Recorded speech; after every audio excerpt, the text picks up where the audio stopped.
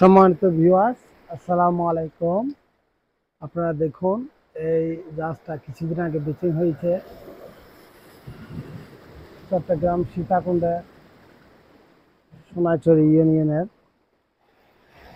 Forster sheep ড্যাকিং ইয়ার্ডে। খুব সুন্দরভাবে বিচিং হয়েছে জাহাজটা, দেখুন আপনারা।